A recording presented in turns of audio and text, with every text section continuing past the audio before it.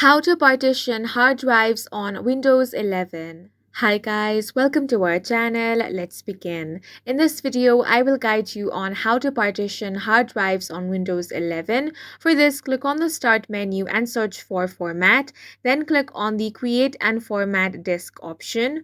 Once Disk Management opens up, here you want to find the hard drive that you want to partition. Now right-click on that. From these options, select Shrink Volume. Once you select this, here you want to enter the amount that you want in your new drive. After this, you want to click on the Save option. Now you will get the unallocated drive. Right-click on that and click on New Simple Volume. Over here, you want to click on the Next option. Now here you want to enter the size, then click on Next. Now here you can select the drive letter. After this, you want to click on Next. Now here you want to select the format option and you can name the volume label. After that, click on Next. Then you want to click on Finish.